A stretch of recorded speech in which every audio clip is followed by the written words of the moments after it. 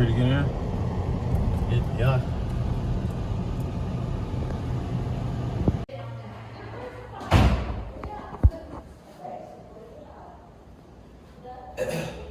Hi. How you doing? Good. How are y'all? I'm doing good. This is the old jail museum, and we're kind of going through some transitions right now. So be patient with us. We just opened up this area, or we will be opening up this area. So we're getting ready to. But all this is you're welcome to look in all of the rooms. They have kind of just reading, self-guided tour. And when y'all want to go upstairs, if you want to go see where the cells are, it's $2 a piece, and you just put it in there and tell me, and I'll take you up there. Okay. Okay. Thank you.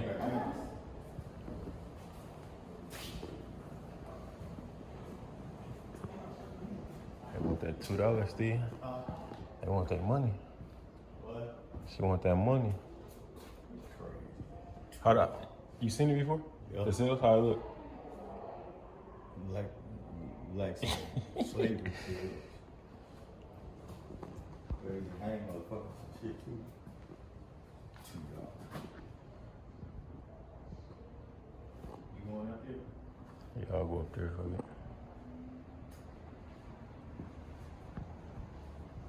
So we do what they got over here. Giorgio Cortez, born in Mexico, moved to Texas, where he became a tenant farmer, confronted by the possibility of stealing a horse. Cortez shot Sheriff Brock Morris. He fled to Gonzales County, where Sheriff Richard Glover and his posse surrounded the house where Giorgio was staying. Shooting began, which left the Sheriff Glover and Deputy Henry, I don't know how to say that, dead. Cortez fled to Mexico, and after a massive manhunt was captured by Texas Rangers, narrowly escaping being lynched by a mob at this jail. Cortez was tried and sentenced to 50 years. After several years behind bars, Giorgio was pardoned because of the high profile of his story and his ability to elude custody for a lengthy time. Giorgio became a Mexican folk hero and subject of the corrido written about him. That boy Giorgio, what was that? Frank. Yeah, he a straight deputy right there. Giorgio Cortez. The shanks. They'll make shanks. Yeah. Yeah, what right there? Yeah. They got a big one back there. Oh yeah, got you right out. What's this, like a? That motherfucker right there. You hold that bitch. Yeah. Hit a motherfucker. Fucking shit hurt. I say monkeys. What's that? Monkey first. I don't know. Monkey. Motherfucker. Damn racist. Yeah, that's what I think. Stolen hacksaw used to Billy clubs. the window bars and robbed a local grocery store. That hacksaw was used, it was stolen and used to walk assault through a grocery store. Eventually caught the robbers near the Mexican border. That's crazy. Shot 40 people.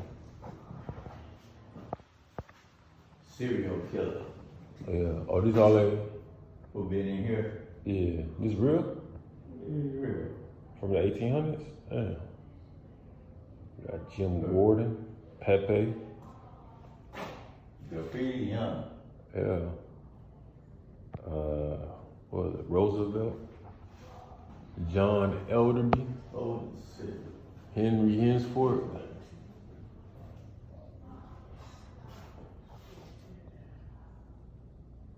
Rudy.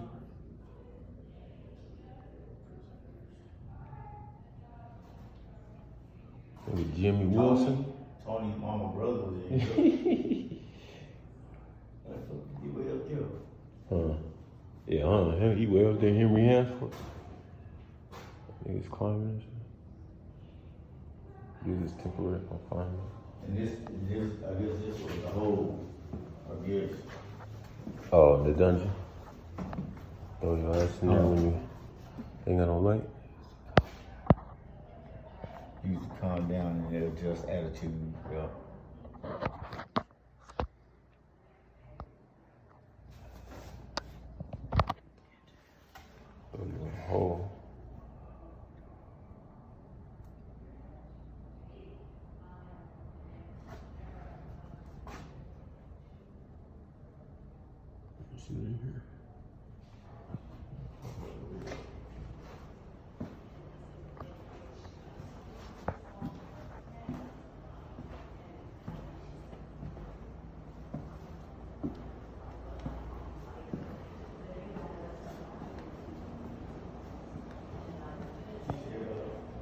You ready? Alright. Gift shop. Back porch. Prohibition. What's this? Oh, they talking about prohibition or something. The Republic of Texas banned saloons in 1842. The law was never enforced and repealed in 1856. The local option law for prohibition of alcohol was added to the Texas Constitution in 1876, 1920. The First Amendment to the U.S. Constitution banned the production of importation, transportation. With the amendment repealed 1933, but the dry laws are still in effect to the state on a local level. Currently has no dry laws remain. Hey, while you up there, look, I'm gonna go give me a piece of candy. All right. You got a quarter on me? I got $1. Give me a piece of candy.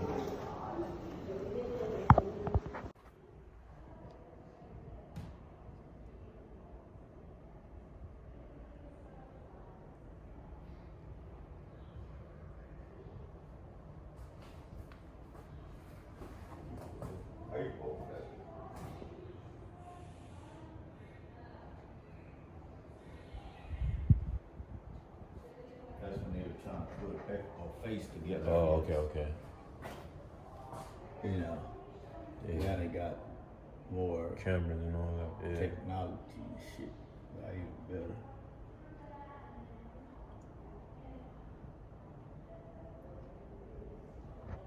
It's crazy. It's like one of Texas' oldest cities, huh? Mama came here. The history. 1854. On a ball, from the ball and chain used on slaves. They used them on slaves, bro. Motherfuckers. And it's a pistol. Damn. That's how the guns was? That shit was like, get a blow up. Yeah. That's a shotgun, cuz. Bolt action. That's a shotgun? Look like it. A bolt action. Look like it'll shoot a. Oh, did you? Touch that. Look like it'll use a 410. I wouldn't shoot. Boom! One shot.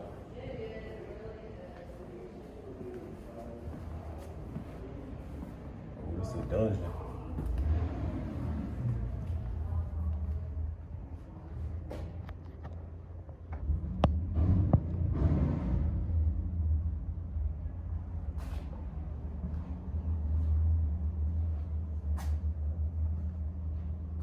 This old bed.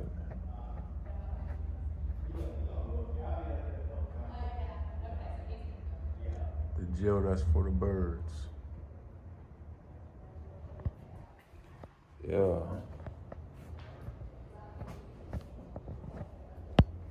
Who's in here? I don't know. They don't really say nothing. They got a dungeon.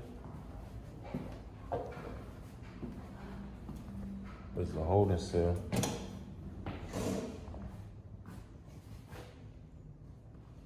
The gentleman killer. He is John Wesley Hardin. Killed the deputy. He did? Yeah. He killed 40 people. Talking about he was an outlaw. He killed the state policeman and anybody he had a grudge with. After being captured in Florida, he sent to prison in 1877. Spent his time on release, passed the bar exam. He practiced law in Gonzales. He was shot to death by 1895. Damn, he went to jail, became a lawyer, and came out here and started practicing law. Attic fan on, it sounds like there's one going. Oh, it's the wrong side, I'm gonna have to turn that off in a minute. Not as high as it was, I'm the one closed.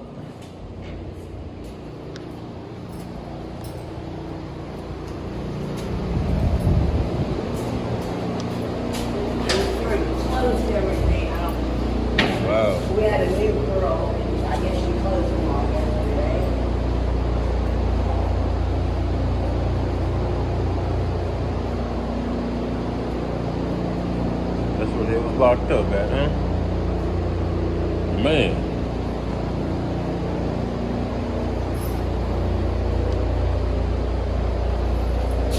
This was one for high security areas where they kept the really bad guys. Yeah. And this was really high tech. The guard could stand back here, throw a lever, and lock all of those doors remotely. Oh, okay. In 1885. Yeah, that was a big deal. That was a big deal. This is where they kept the murderers and the bank robbers, anybody that was here for a felony charge. Okay. And they were staying here for years? And until they were hung. Oh, damn. I mean, Wow. if you were in this part, you didn't get past here. Okay. They stayed in there, they got out to shower sometimes when there was a shower. There's no plumbing up here. Okay. They had buckets in their cells for toilets. They didn't get out to exercise or to do anything other than be hung or be released if they were released. Did anybody manage to escape? The only escapes we ever had were all the town drunks.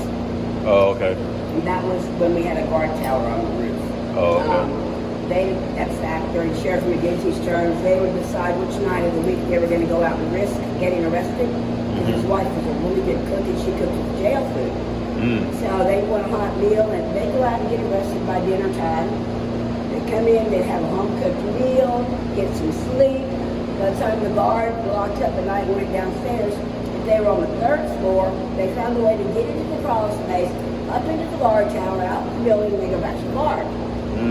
They'd always break back in before breakfast and bed check the next morning. Yeah. Literally, and they'd be here when the guard came to wake them up for breakfast. So those are the only escapes that we had. Okay. And those, when they took the guard tower apart and took it down and bricked it in, that did away with any escapes. But no really bad criminals ever escaped, just town drunks. And they had a method. They had a plan. It ran for about 18 years. Wow. During Sheriff McGinty's terms, everyone within about a 50-mile radius of here that could get arrested on beef stew night or chicken and dumpling night when I got drunk and got arrested intentionally before dinner. Yeah. And it was quite an ordeal, but that's just because his wife was such a good cook. Usually jail food's not good, but she would make him home cooked meals twice a day. Okay. And yeah, those are the only escapes. Okay.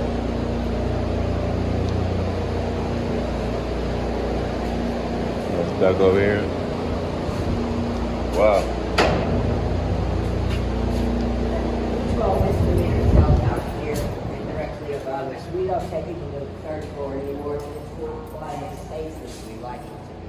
Okay. But it's exactly the same as the second floor. That's where they would get hung at. Yeah. Wow. They had such a festival atmosphere surrounding public hangings back in the 1800s. Yeah. And they'd bring like People to watch? Oh, people would come from miles around, thousands of people for hanging, just to watch. The last one drew 4,000 people to town. And this is a big You said town. it would bring 1,000 people? 4,000 people came to watch the last public hanging, and they couldn't control those kinds of crowds. Yeah. One sheriff, a couple of deputies. So after that, they built this jail, and they built the tall enough ceilings to build the gallows inside, and started doing them inside. That way they could control who attended. Yeah. And it wasn't a public fiasco. If they come to town for hanging, and they bring grandma and the dog, and this, that, and the other, and they stayed for weeks.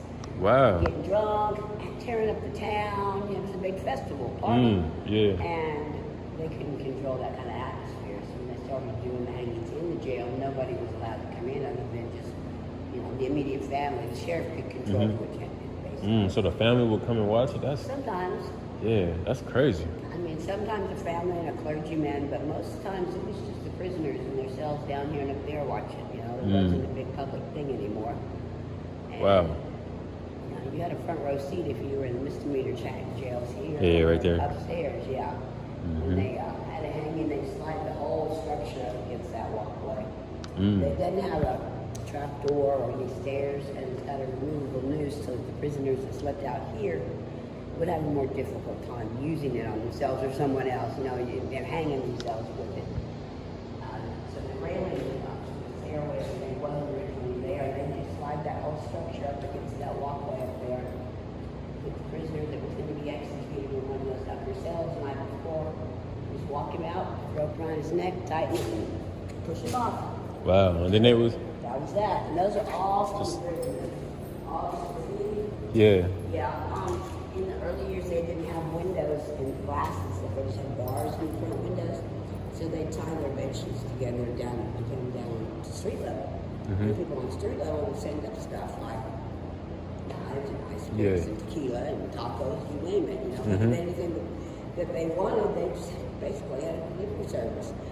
and the guards couldn't figure out where they were getting this stuff. Well, it was coming from the street level. Wow. So when they finally figured it out, they put those gates on the front windows so that the prisoners in those cells didn't have access to anything coming or going. But it went on for years before the guards ever knew where they were getting this stuff from. Wow. You know, ice picks, knives, and all sorts of stuff. And that's what they started using to carve this stuff. After they took all that away from them and locked down those front windows, they'd have to sneak in and rock or something from the field to the farms where they were working during the day. And they'd go to write their names again. I mean, they kept them busy. Yeah. They kept them from fighting and killing each other when they were out here in the slum area. So it was really kind of a big distraction. Yeah. So this is, over the years, this is what it was left as, you know, names I wonder how and lyrics and all sorts of stuff. Yeah, how would they get like way up there? Like just climbing They up? would climb at night when the guard would go downstairs if they were sleeping out here, which they did regularly. Oh, okay. It was so crowded, it was like an open flow sleeping area. And the guard would lock up and go down, and they'd get up and stack their bunks up and push this around the room and climb up on it to get up high. Oh, okay. How many people would you say were like in this jail, or like an average, or? Usually, well, it was built to hold about 40 or 50 prisoners. They usually had closer to 100 at any given time.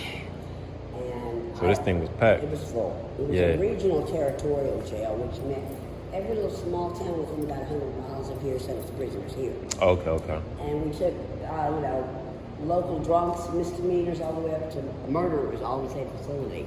You know, it was crowded, very crowded. And they didn't stop taking felon and federal prisoners until they looked at federal prisons in the state. At which point, you know, they shipped them out to federal prison at that point. But until then, we housed them all here. Federal misdemeanor, you stole a chicken, you were down here. If you killed your wife, you were in there. I mean, they were all in here together. Yeah. There was no, separating the good and the bad and the locals from the, bad serial killers. They were all in the same facility for a long time. This is interesting. A lot of history, a lot of rust, a few ghosts. What's like, so Gonzales is one of the oldest city in Texas? I'm not from here, but yeah, it's one of the older ones. This is where the Come and Take It battle, the Immortal 32, all those battles that were those scattered side events from the Alamo. Oh yeah, Battle of the Alamo, Yeah, the Battle of the Alamo was in San Antonio, but we sent everybody here to go there and win that battle, and then they came back here. There's a lot of history. Okay. But yeah, Gonzales has got a lot of the, what do you call it, leftovers from all of the battles and the wars around the state. Oh, okay. A lot of it all ended here and started here. We sent people to help. They sent them home. We did this, and I mean, this was one of the epicenters of where the soldiers and the fighters and the people that battled in the Alamo started here. You know, David Crockett wasn't from here and all that, but we sent the Immortal 32 from here to go and defend the Alamo, and they're pretty much the reason they won the battle, even though they didn't win. Mexico won, but it would have been a lot more difficult without them. All of that kind of stuff is at the other museum down the road. It's about 6 blocks, the Memorial Museum. Okay. They've got cannons and all of the artifacts from all of those battles. They could tell you all of the war history and stuff. Okay. I'm not from here, but that's where all of the Come and Take It battle artifacts are. Okay. And they would be happy to give you all the history on it. All I know is that this town has got more cemeteries and churches than anything. And this is the biggest jail that is anywhere. I mean, the large regional jail stuff, this was the original big one. Okay. Where they send all the prisoners from all over the state, because San Antonio had their own, Austin had their own, Houston had their own, but everybody else came here. Okay. You know, and there's a lot of history in this town. Yeah. I don't know all of it, but there's a lot of it here to be found. Okay. But no, if you're interested in all those battles, come and take a battle and all that. If you go about 6 blocks down the street in front of us, there's like a couple schools and a park, and there's be a big squared white building with flags around it. That's the Memorial Museum, and they're the ones that have all the artifacts and stuff from all those battles. Okay. Man's, you know, neck in the noose and hang them. Yeah. That's not how it was. There's a lot of science involved in making sure they snapped their neck and broke it the first time. Otherwise, they would have been cruel and unusual punishment, and they wouldn't have been. Yeah, them suffer. Yeah. But we've still got the facilities. You can still be home in Texas if you're a horse thief or a cattle rustler. If you're what? A horse thief or a cattle rustler. If you steal horses or cattle from somebody in Texas, you can still be Today? Yes, today. They can sentence you to hang. It's the one offense they will never take off the books, because horses and cattle were our livelihood in this state. You know, that's where the money came from. That's where everything came from. And if you steal somebody's livelihood in Texas, horse thieves and cattle rustlers can still be hung. So horse thieves and cattle Rustlers. Rustlers, yeah. rustlers. People Okay. that stole cattle and stole horses back in the Old West, you know, well, it was hard to catch them. But they hung for it when you caught them. You can still be hung for it if you're caught doing that today. It's on the books, and that won't ever change. Wow. And you know, people are like, oh, that's archaic. That's, you know, they don't hang people anymore. They give them a lethal injection. No. If the judge says hang, you're hanging for horse thieving and cattle rustlers. So when is the last time, do you know, somebody actually got hung? Well, in this facility, Or in Texas? I don't know per se in Texas, but in this facility it was 1921. 1921. Okay. So that's the last one on the books. Okay. Now there was a lot of hangings that didn't make the books. Yeah, definitely. Yeah. That the sheriff said, Outside hey, of the jails and stuff. No, here in the Oh, in jail. here. Oh, okay. Yeah, the ones that made the books were the big ones that went to court and had a trial, and they said yes, guilty, hang him. A lot of the people that got hung for crimes in the Old West, they didn't have a trial, they didn't have a judge. The sheriff caught them, sentenced them, hang them. Okay. You know, because the judicial system wasn't like it is today. Obviously, they didn't have appeals. They didn't have rights. They didn't have, you know, if you were caught doing something and you had somebody witness it, okay, you're guilty. Period. Hang right now, tree, whatever. Okay. And a lot of hangings took place that weren't documented, even in this building. Yeah. You know, because they claim only 3 hangings took place. We have it on good authority by former prisoners and their relatives and stuff. There were many more than 3. They just weren't documented, legal, by the books kind of things, but they were hung. Wow. And we can only say 3 because we have records of 3 on the books. And, Okay. and the history of the 3 that were in the building that were hung, they were a lot more than 3. Okay. A lot more. The ghosts prove that all the time. The ghosts? Oh, we have ghosts, yes, sir. Here? Yeah. Like Ghosts of people that were murdered in the building, hung in the building. We have paranormal teams that come in regularly and set up their equipment and all this. Yeah. Well, I've always been able to see ghosts since I was in the beginning. You know, it's just normal for me. And we have a lot of them. We just hang out here because they're stuck. They don't know they're dead, or they don't have a place else to go. Or I mean, we do have ghosts. They don't hurt anybody really. They don't interact with many people, but they're here. And you can hear them banging around and stuff, you know. And this place is empty. Oh yeah. And there's one big one that walks around with a food tray. Like he must have been killed around dinner time and he didn't get to eat because he's hungry. It's really big and he has an empty food tray and he just walks through the room and he goes through the wall and like, hey you food. And he won't even acknowledge me. He's going. I'm like, okay, he's got issues. He doesn't even want us to know he's here, you know, like he's hungry out there. wow. I don't know what his story is, but yeah, we've got those. So like when you see it, like how do you see it? Like Looks just like I see you.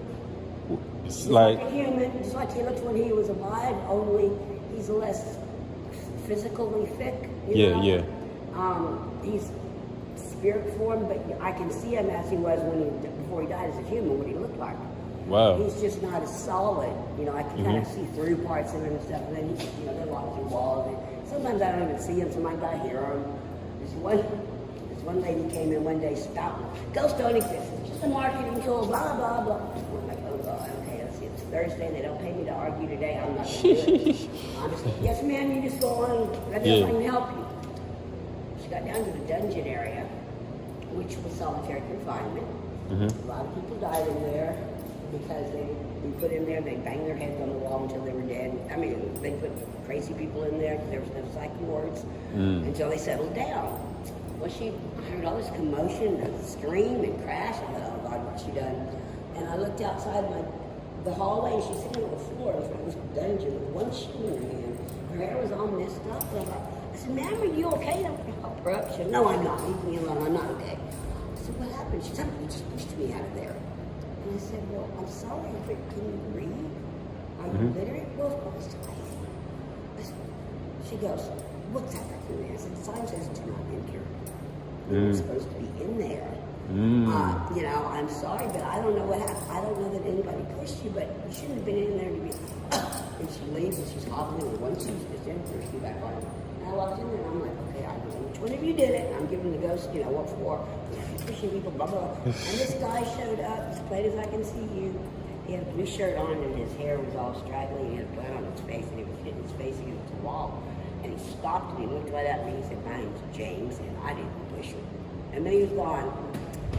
Okay, well James didn't do it. Stuff like that just it just happens around here. And, you know, as we see them, they usually give us a little, you know, insight into who they are or what happened. Or sometimes I don't know their names or anything. Sometimes they won't even talk to us. And other times they'll, when the paranormal guys are here with their recording stuff, you'll hear conversations that they're having. It's like, I know that voice. That's someone that was in there, you know. And they're here. They don't really hurt anybody, but they're here. Yeah. Wow. So these are dominoes? Yeah, those were old dominoes they had here in the jail. Wow. Big 6.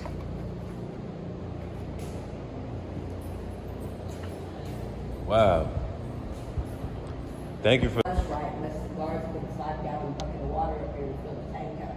Oh. And that didn't happen regularly, you know. He didn't have all day carrying water up and down the stairs. So virtually there's no indoor plumbing. We had buckets in there. And what happened? And so I went to the house and did 8-ball.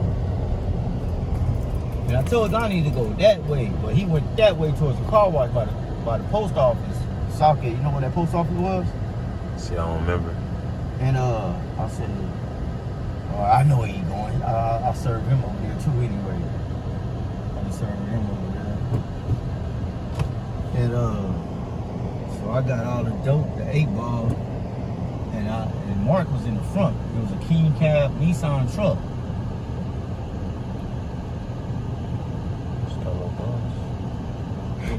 King Cab Nissan truck. I said, man, get in the back. And at the corner of my eyes, I seen cars moving. This is all over here, girl. Okay. I seen cars moving. And I punched it. Whoop! Boy, that motherfucker lit them lights on them cars. I had about, I don't know, 10 cars. And when I punched it, that nigga was in the back hollering. I'm rolling. Ooh.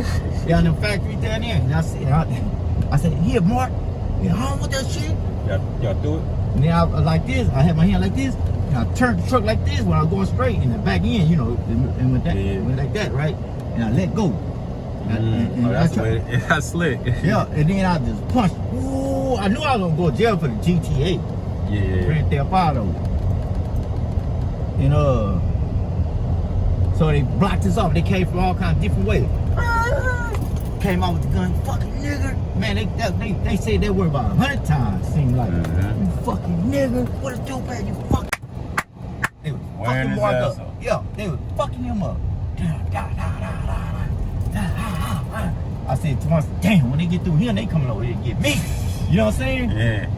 And so Lonnie, they got his ass out the back of the truck all the time. He informing, he setting me up. And so look, they said one of them, I remember never forget, old boy pick a rock up off the ground. what's this?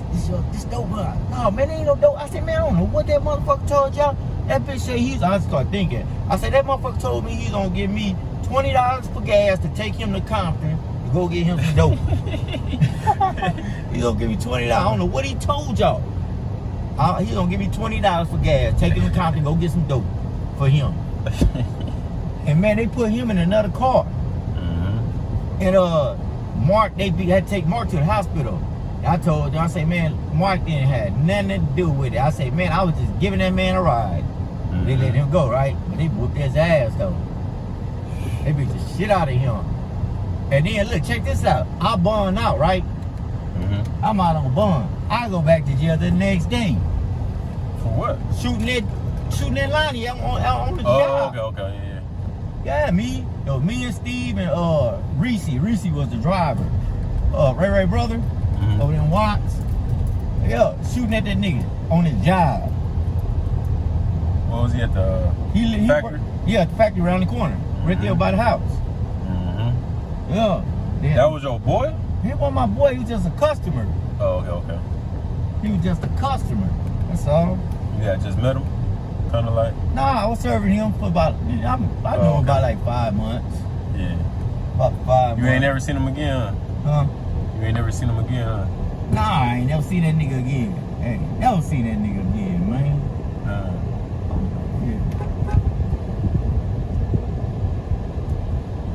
Ugly ass. That's a real country nigga. Them motherfuckers look like they country, huh? Hell yeah.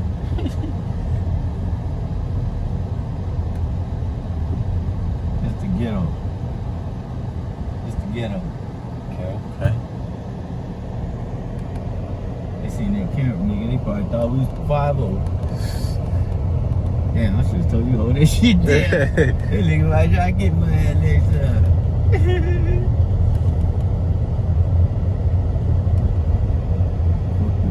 I shot this club up down here, nigga. One time. What? Down here. Gonzales? Yeah. And then Club? What club? There used to be a club back there. Let's told them. Yeah, they call themselves Bloods, right? I say, man, fuck this shit. This is Crip, cuz. I ain't no Crip though, but you know what I mean? And them bitches jumped me, right?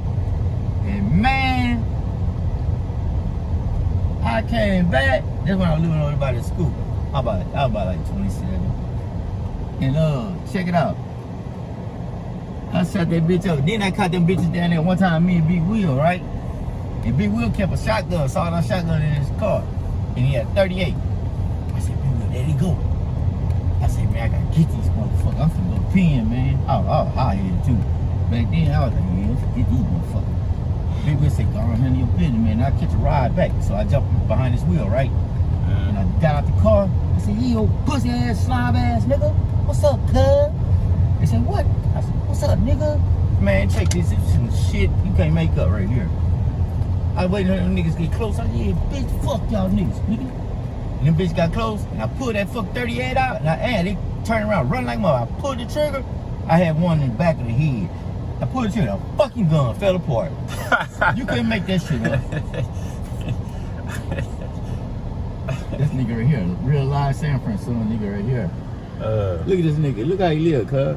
I'm thinking this a body shot.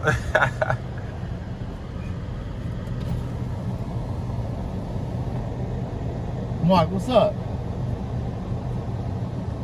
What you doing, work?